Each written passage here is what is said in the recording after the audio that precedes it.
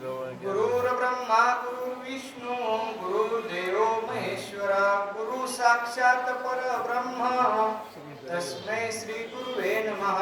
ज्या ज्या ठिकाणी मन जाय माझे त्या त्या ठिकाणी निज रूप तुमचे ठेवितो मस्तक ज्या ठिकाणी ते सद्गुरु तुमचे पाय दोन्ही. सद्गुरुनाथ महाराज की जय.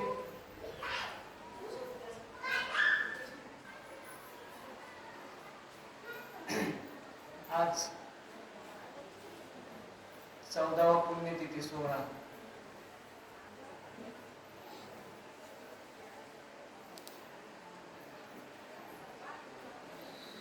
त्या निमित्ताने पहिल्या दिवसाची चक्री प्रवचन सेवा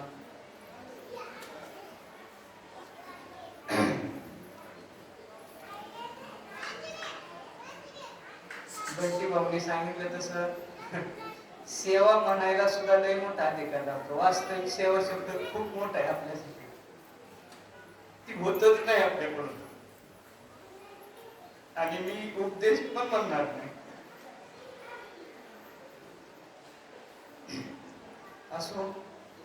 ओम नमो जय आद्या जय जय स्वसंवेद्या.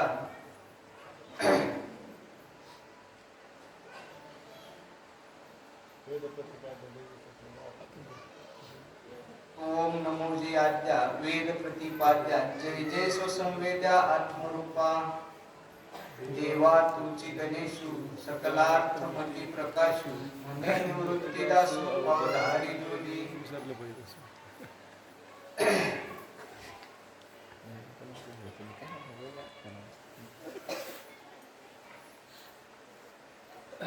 आता मार्गशीर्ष वारीमध्ये एक विषय सांगितला होता. झांसी त्यांच्या मुलाचं कीर्तन झालं होतं पंढरपूरमध्ये.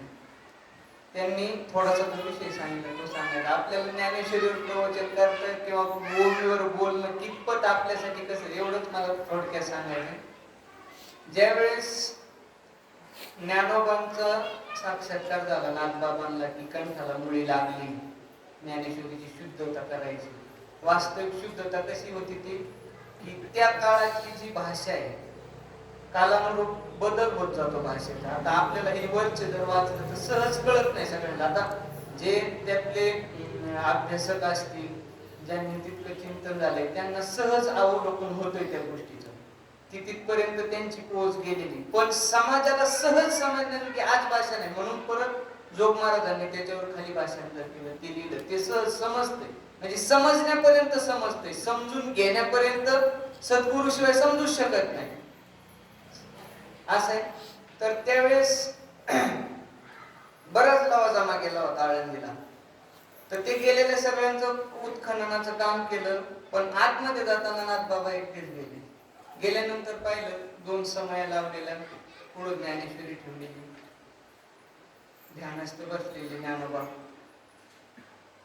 बऱ्याच ह्याच्यानंतर विचारलं म्हणले तुम्ही ज्ञानेश्वरी समोर ठेवलेली नाही का, किती पारायण झाली आजपर्यंत? म्हणजे नाही अजून एक पण नाही झालं. आणि अध्याय पण नाही, ओवी पण नाही.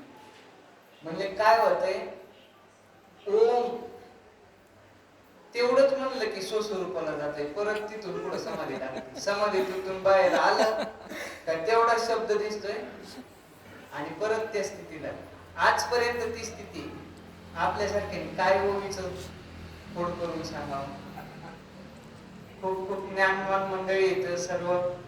सगळ्यात महत्वाचं एक इथं आल्यानंतर समाधान एका गोष्टीचं. सगळ्यांना कसं होतं अपरिचित असते बरेचसे मंडळी, पण इथं बसून एक गोष्ट होती की सगळ्यांना पाहून आहे ना खूप आनंद होतो. कारण इथे ना ज्ञानचं तर म्हणजे इथं तसं पाहिलं तर ह्या धर्म मंडपात ज्ञानाला खूप गौण किंमत आहे. ज्ञानानेच सगळं होणार आहे. पण इथं का गौण म्हणायचं कारण की इथं भाव, एकामेरीविषयी असलेली श्रद्धा, एकामेरीविषयी असलेला जिव्हाळा हा बाहेर नाही मिळत.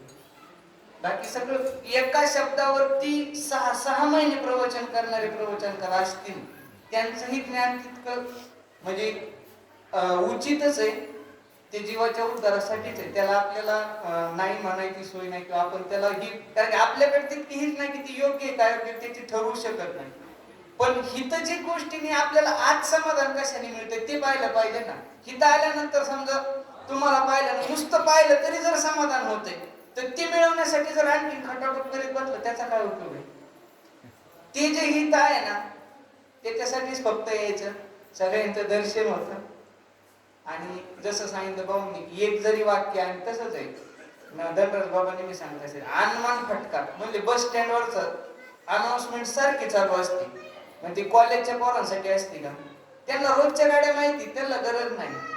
नवीन एखादा आलेला असतो बस स्टँडवर, अनाउन्समेंट जी चालू असते ती त्याच्यासाठी असते, त्याला गरज असते कोणची गाडी कुठं जाणार आहे त्याचं लक्ष असतं. आणि तसा एखादा जरी शब्द आपल्या अंतर्गत, कारण आम्ही एकदा नितीन बानगुडे पाटलांचं व्याख्यान ऐकलं होतं, त्यांनी त्याच्यात सांगितलं होतं अख्खं व्याख्यान कधीच माणसात परिवर्तन करीत नाही. त्या व्याख्यानातलं एखादं वाक्य किंवा ते एखादा शब्द तो अंतःकरणाला फिरतो आणि तोच त्याचं परिवर्तन करीत असतो. आणि ते आपल्याला झालं तसं. आणि बाबांनी मी सकाळी सांगितलं की जाताना म्हणजे 2 बोट लावून जा, ते सुद्धा परिवर्तन करते, फक्त ते अंतःकरणात भाव असला पाहिजे. असो, झालेली सेवा सद्गुरूंच्या ते मी अर्पण करतो. आता प्रवचन काय करते याच समजत नाही मला, कुठलं मूवीचं सांगता येत नाही, काही कसलं मेळ जुळत नाही, काय नाही. कुंडली श्री ज्ञानदेव तुकाराम पंढरीनाथ भगवान की